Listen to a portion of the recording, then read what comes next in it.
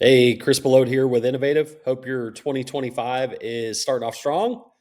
And what I wanted to do today is go over some lead insights that we have from tracked leads for our clients in 2024. Pretty interesting when you pull the data together to see what's happening out there, right? So we tracked over 100,000 client leads in 2024, and here is what we found. You ready to dive in? Let's go. All right. So, number one, calls versus web form submissions.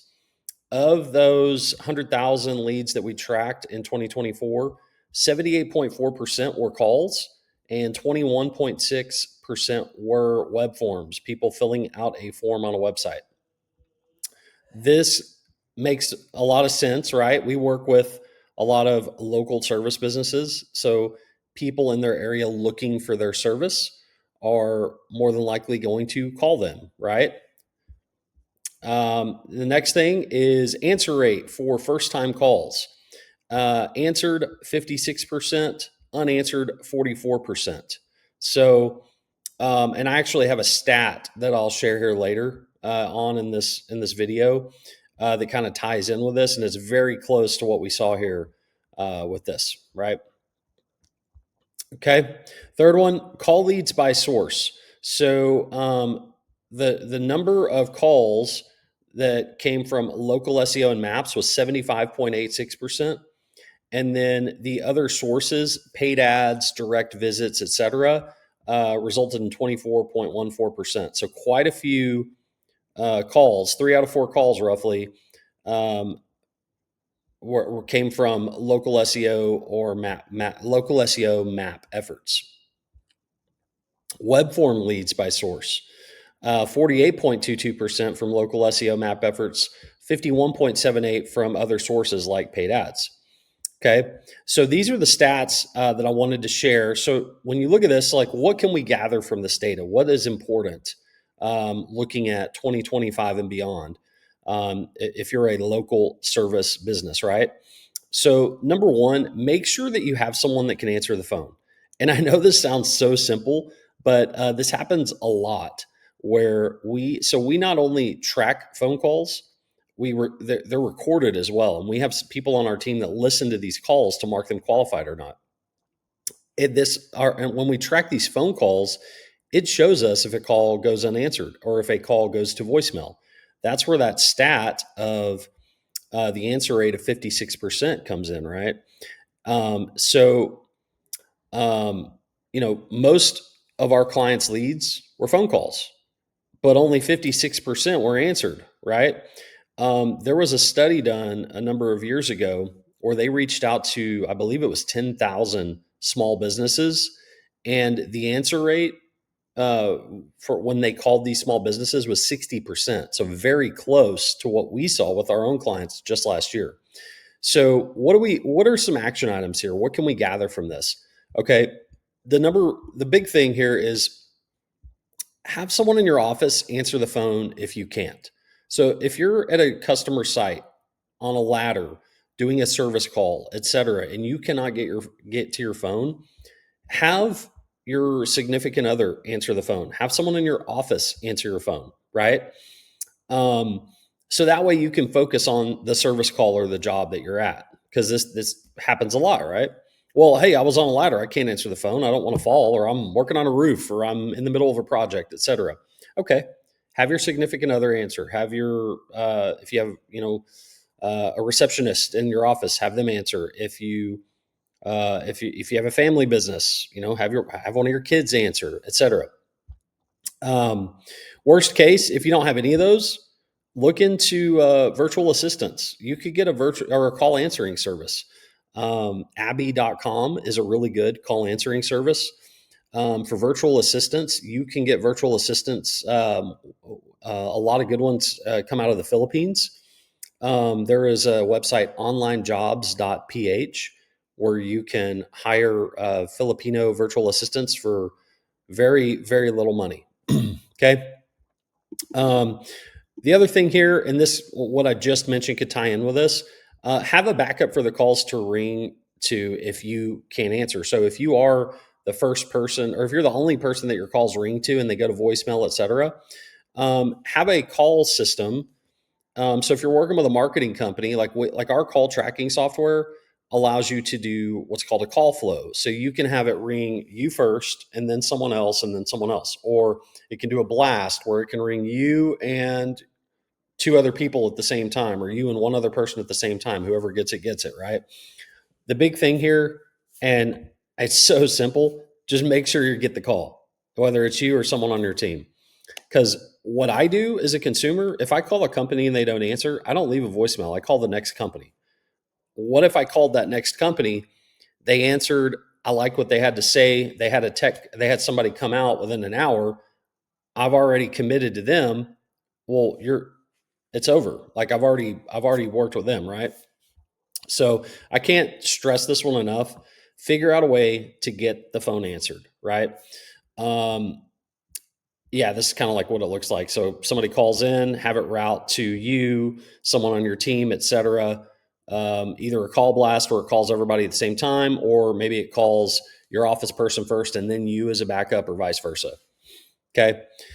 So the second thing that we can gather from this data is to have a local SEO maps focused marketing plan, right? So I've been in the digital marketing world for local service businesses, right? So contractors, lawyers, doctors, dentists, et cetera, you name it, whatever a local service business is, I've been involved in it since 2004. So 21 years now. Um, I have worked in traditional SEO, which are the results below the map. I've worked with paid ads, so search ads, social media ads, et cetera, and then local SEO maps.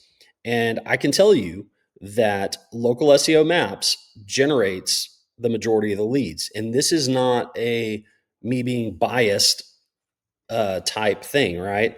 The data is showing us this, and this is why we have a maps first approach with our clients, because the data shows us that this generates a lot of first time qualified leads for our clients, right? So 75.86% of calls for the 100,000 plus leads that we looked at last year came from local SEO map efforts. So if you are currently working with a marketing company, I would be asking them what they're doing to get you ranked in the map. Do they have a heat map or a grid for high volume search phrases that they can run to show you what your visibility looks like, right?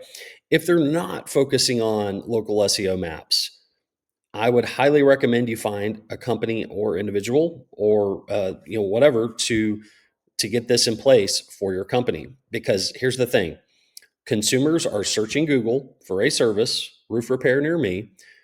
A large majority of them skip the ads at the top, 20 to 30% click the ads. The other 70 to 80% skip them. And in 93% of searches of local intent, the map shows. Well, what's the first organic result below the ads? It's the map. So consumers are going to go straight to the map, look at the top three results. Whoever has the most reviews is going to get the first call, right? So you got to be visible in the map in the top three, and you gotta have a review system in place to have the most reviews. It's that we're all in that Amazon mindset, right? The products at the top of Amazon with the most reviews get purchased the most. It's the same for people looking for a local service. Okay. Um, yeah, and I've already said this on the action item here, but and just to be clear, local SEO maps is the map that you see of local businesses in your area. Regular SEO, traditional SEO results are the ones that show below the map. Okay, so get with somebody on this. It's very important that you have a plan in place for this for 2025 and beyond. Again, the map was introduced on Google in 2005, and it is still there, and it's not going anywhere anytime soon. Okay. All right. Number three, make sure your web form is easy and it works. Okay. Paid ads and other sources produce more web forms than local SEO maps. So and it's just by a little bit, right? I believe it was 52% versus 48%. But the takeaway here is there are a lot of websites out there that have web forms that either don't work, or they ask for like 20 or 30 pieces of information, which no consumer is going to fill out, right? So you need to make sure that your web form is working, and regular testing is recommended, right? We regularly test our clients' web forms every week, every couple of weeks, etc. Because here's the thing: what if a nice lead was going to come through and they experienced an error and it didn't go through? What are they going to do? They're going to back out of your website and they're going to go to the next company, right? You don't want that to happen.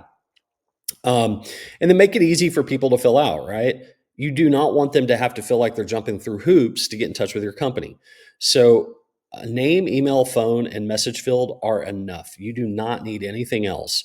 You can get specific, detailed information once you get on a phone call with a prospect, or once you get on site, right, for a free estimate or whatever your process is.